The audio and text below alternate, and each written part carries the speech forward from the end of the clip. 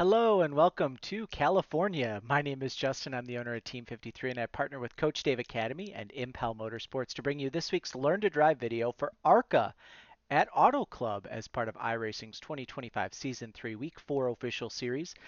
If you guys can, make sure you like and subscribe. It does a ton to help my channel. I'm just a small time racer here in Wisconsin. I have a late model that I had parked for the summer, just had a sponsor that didn't come back this year. They got a new marketing person. But my daughter Sydney is racing her go kart all summer, so I am staying busy at the track. If you guys have a small business, if you know of anyone who might want to put their name on a car here in Wisconsin, I'm more than happy to talk to them. Also get you, your logo all over the stream. You can see some of them. So we'll do what we can for them and hopefully help them out. I know it's been a while since we've given you an ARCA video. It's been super speedways and road courses and a track that we just ran last season. So there really wasn't too much of a reason to update videos or anything. But here we are at Auto Club, which is a new track for this car. So let's take a look here at the garage. Immediately, the only things that we're able to change are the steering ratio, the offset, and the brake bias. So steering ratio, if you haven't watched a video before, is just how much steering wheel you turn for every 1 degree of wheel turn. So with a 10 to 1 configuration, every 10 degrees of my steering wheel turn is 1 degree of actual wheel turn. So you can change that to a 12 to 1, an 8 to 1. It's going to give you a little bit different feel in the car. Way back in the day, we used to run a 16 to 1, so that was always fun. But then steering offset, all steering offset is if you've ever seen like the MPI wheels or a steering wheel on a NASCAR broadcast where it's got the tape at the center of the wheel. Um, all you're doing there is you're taking that tape and you're moving it to the right if it's positive or to the left if it's negative. That's all that does. Some guys say, oh, it's faster to run this. It's really not. It's all driver preference and what you enjoy and what feel you're after. How straight do you want your wheel down the straightaway? Which way do you want to have it? How far into the corner do you want to have to turn your wheel? It's all driver preference. And then front brake bias at a track like Auto Club, we're not really ever going to touch the front brake bias. But what I did was I went ahead and I set mine at about 60%, which is typically where I'll find it on super speedways if I needed to pit under green. Now, this is only a 25 lap race. You guys have plenty of fuel, so you really don't have to worry about it. And I don't think it's really going to make much of a difference. Maybe late in the run, if you decide you need to drag a little bit of brake on corner entry to help rotate the car. But for the most part, I don't believe that you'll really be using it at all. So that's kind of there. So let's head out for qualifying. Qualifying, I believe lap 2 is my best lap. It was. So we'll head on out here. I'll talk to you about my friends at Impel Motorsports. They are an INEX and US Legend dealer, as well as a sim or a for sim racing products, a Moza dealer, and a Next Level Sim Rig. So if you guys are looking to upgrade your equipment, you can head on over there. They've also got Logitech stuff if you're looking to get into iRacing or into racing in general and you're not really sure what you need. Send them an email, shoot them a message. They'll definitely help you out. Um, Great place, great people, and it's where I would recommend for everything. And then if you have a dog or a pet and you're looking for a new harness leash, maybe an automated litter box or something, head over to my friends at Cuddly's Pet Supply, cuddlyspetsupply.com. They've got all you need for that. So lap 1 here on this run, I'm really going to run this almost like I really would have used this for a lap. It was a great lap time, and if I hadn't just kind of missed bottom a little bit there in 1, I think we would have been all set.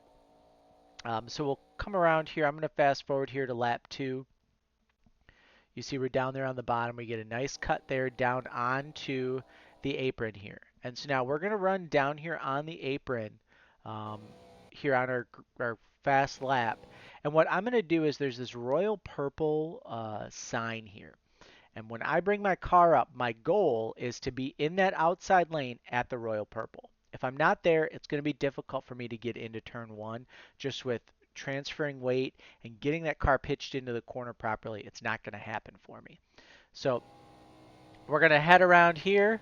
We get right there to the royal purple in the outside lane, just like I said. And now we're going to get ready here for turn 1. So from the far chase, you can see we're in that outside lane.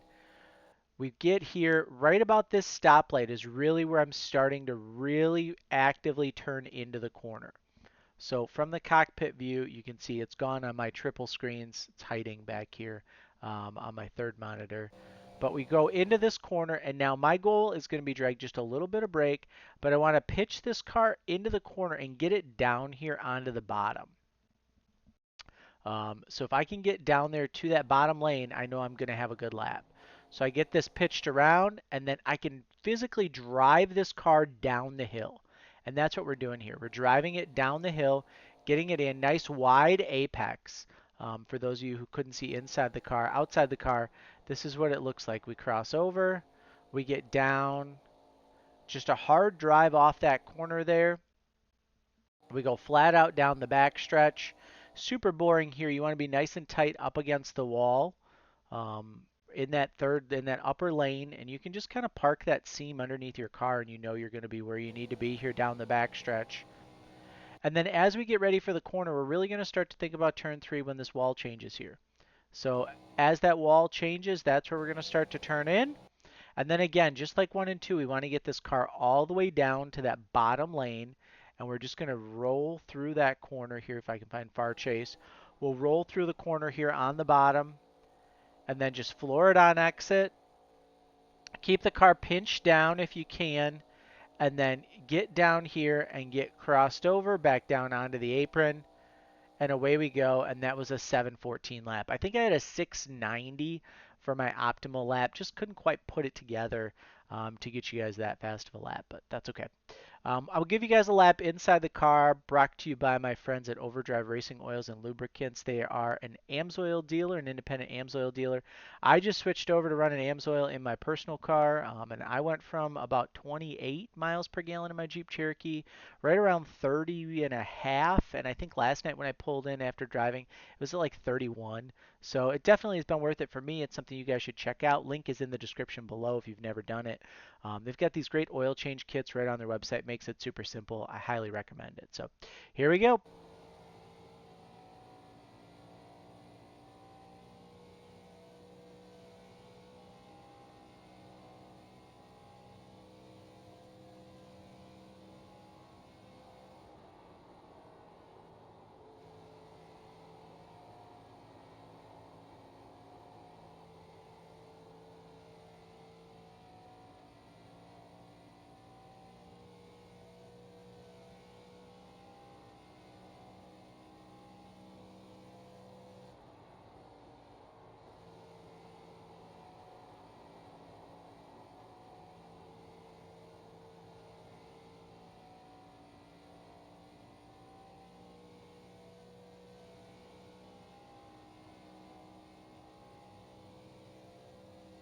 And there you guys go. There is our 7:14 lap time. Race trim now.